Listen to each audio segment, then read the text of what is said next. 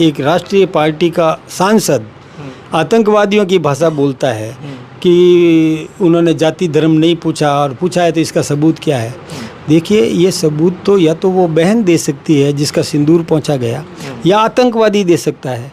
तो आतंकवादी कहता है वही भाषा यदि हमारा कांग्रेस का सांसद बोलता है तो ये तो इससे ज़्यादा निंदा की बात क्या हो सकती है? उसको हम राष्ट्रीय नहीं कर सकते। दो देशों के बीच में जब युद्ध की स्थिति होती है, जो दुश्मन देश की भाषा बोलता है वो राष्ट्रीय नहीं है। क्या मांग करते हैं आप? मैं तो कांग्रेस से ये मांग करता हूं कि उसको पार्टी से बाहर निकाले, नहीं तो ये माना जाएगा कि कांग्रेस का भी वही वर्डिक्ट है।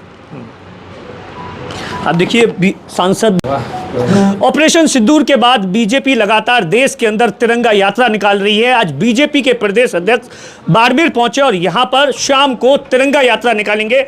ये किसी पार्टी की नहीं है, चाहे बीजेपी हो या तमाम लोग शामिल हो सकते हैं, और इसका पीछे का मकसद साफ है कि जिस तरीके से सेना ने पाकिस्तान को मुंह तोड़ जवाब दिया। सर, लगातार आज दूसरा दिन है, आप बॉर्डर पर गए थे, जवानों से मिले जैसलमेर के अंदर। बॉर्डर के जो लोग हैं, जवान हैं, उनका जोश कैसा है? बहुत जोश में है, बहुत उत्साहित है, और उन्होंने प्रत्येक काम को बखूबी निभाया है। जो जनता अपेक्षा करती थी या नेतृत्व जो अपेक्षा करता था, उसी प्रकार से चाक चौबंद वो तैयार खड़े थे, और हमारा भी उन्होंने जय हिंद करके सम्मान किया और हमने भी उनका सम्मान किया। बहुत खुशी हुई। ये सैनिकों के बीच में जो देश के रक्षा के लिए सर्वस्व समर्पण करने वाले लोग जब हमारे बीच में आते हैं तो हमारा जोश भी बढ़ता ही है।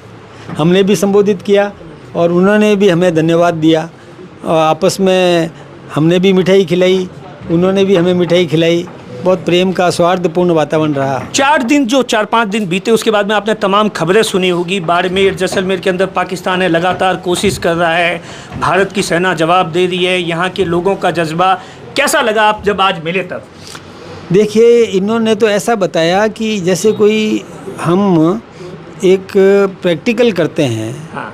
जैसे वहाँ कोई भी सामने टारगेट लेकर के और अभ्यास करते हैं, वैसा अभ्यास ही था।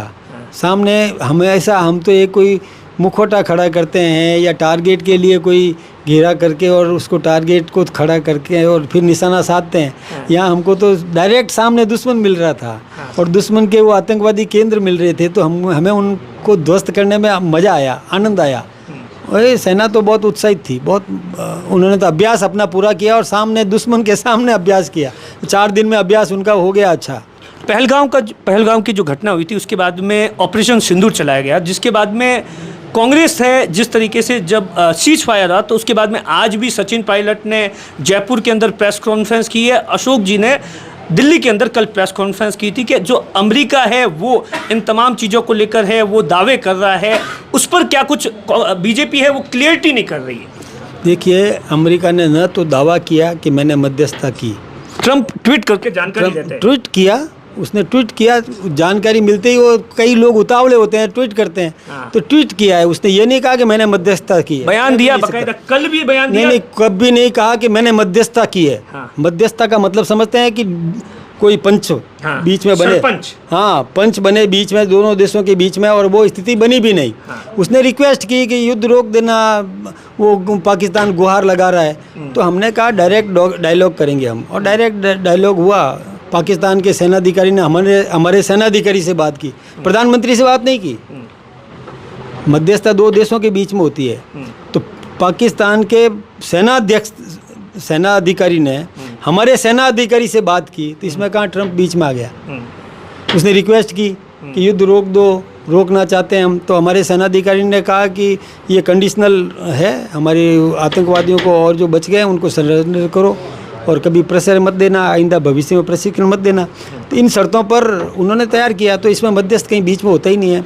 मध्यस्थ तो होता है कि पाकिस्तान के राष्ट्रपति से हमारे प्रधानमंत्री की चर्चा करवाता ट्रंप, तब मध्यस्थता होती। वो तो हुई नहीं।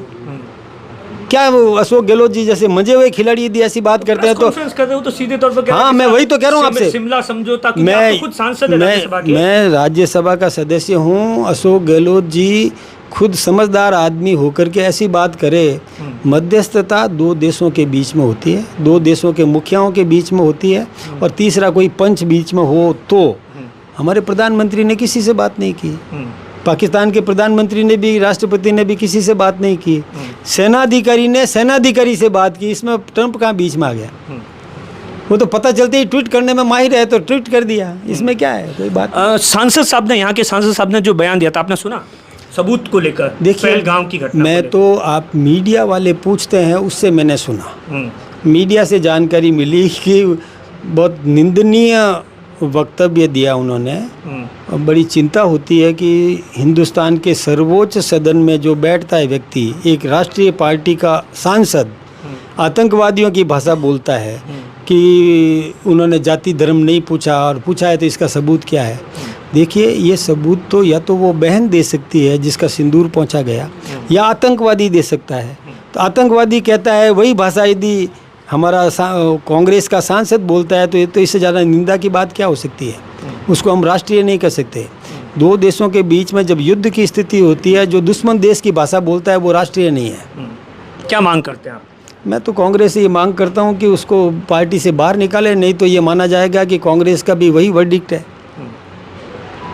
अब देखिए, सांसद मदन राठौड़ जो सीधे तौर पर ये मांग कर रहे हैं कि कांग्रेस पार्टी तत्काल प्रभाव से सांसद को पार्टी से बाहर करे। दिनेश बोरा, बाड़मेर, आज तक।